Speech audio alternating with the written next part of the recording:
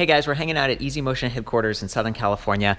I did a little video on the small display. That was on the Neo and the Evo models, but now some of the nicer Evo models have this bigger display. It's easier to read right there in the center. It's got a little USB port in the bottom, and it's still removable. Love that. So you can press down on the tab, take this off, and get a little bit of a better shot on that USB port down here. There it is. I believe this is 5 volt, 500 milliamp. You know, it's a full-size USB Type-A port, so that means you don't have to have any special adapters, which I appreciate. So there's the center mount, but the button pad, very easy to reach. It uses the same keys as the original displays. They're just laid out a bit differently, and this is actually removable as well. However, right now, there's a set screw in the back, so we're just gonna leave that on. There we go, we've got the display mounted again. To boot this thing up, you press the power button. Hold it for a couple seconds, and then did you see that there was a version number there? And right now it's syncing the battery capacity, so it's measuring a few things. It boots up a little bit quicker than the small display from before, but it's still something you need to be a little bit careful with because these use TMM4 torque sensors, and if you're pedaling the bike while you're booting the display up, it might throw an error 14. Okay, so that's where it's saying, whoa, something's going on. We measured the strain a little bit differently while we were calibrating. If you ever see that, that's what's going on. There's also an error 13, which is where one of these connector points might be a little bit loose, and it's getting an inconsistent signal. I'm open to getting your feedback in the comments about other errors you might have seen or any other tips, but those are the two most common from my understanding. So here's the display. We've got battery capacity at the top, 5 ticks, as well as percentage, very precise, love that. Speed, right now it's in miles per hour. Assist level, if we go all the way down to 0, the twist throttle will work. Not all of their bikes have twist throttles, but some of them do, and it's only the Evo line from Easy Motion, so that's kind of unique.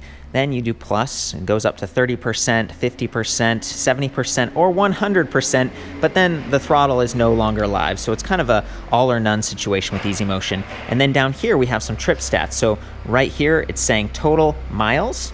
If we press the power button, it's going to go to total hours ridden, total average speed, miles per hour, and then it switches to trip. So trip, miles ridden, trip, time, and then trip, average speed. If I want to clear one of those, you hold the power key and minus key simultaneously for a couple seconds. There we go. We just cleared that. And then the final menu is miles to go. So this is like, it's giving you some sort of a range estimate, but it's not dynamic. So if I change the levels of assist from 100% down to 70%, miles to go doesn't change at all. However, once I start riding, that would update and give me some more feedback.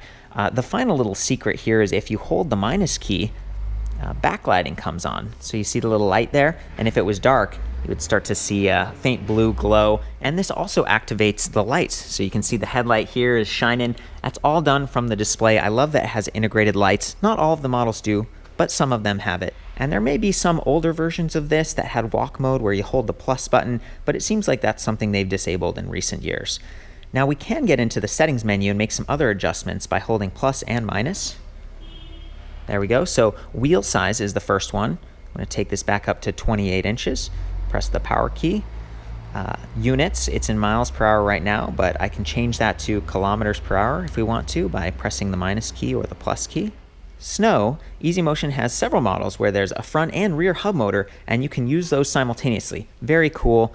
If we go up from off to rear wheel drive, front wheel drive, eco, which it sort of balances out the two, I guess, maybe uses them at 30%, or all, and that would just be full power, both wheels. Since this is not an all-wheel drive electric bike, we only have a single hub motor in the rear. I'm going to turn this to off, take it all the way back to off, and then press the power key again.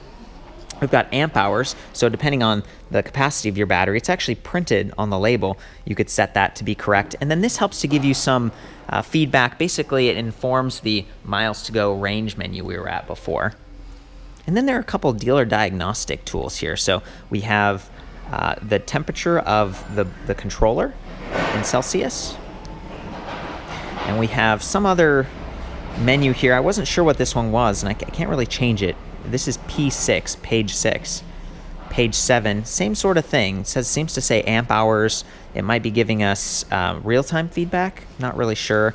And then 8, that's version V3.7. So yeah, lots of great information in here. and then it just circles back to the first page, which is wheel size. To get out of this, you hold the power button for a few seconds. There we go, and we're back into the regular display, and you can start using it, take off, and have a fun ride. But there you go, guys. I think that's about it. I'll be linking to a full guide in the forums where I'll also have the official manual, and I welcome your feedback, corrections, any other errors you have. Hope you have fun out there. Ride safe.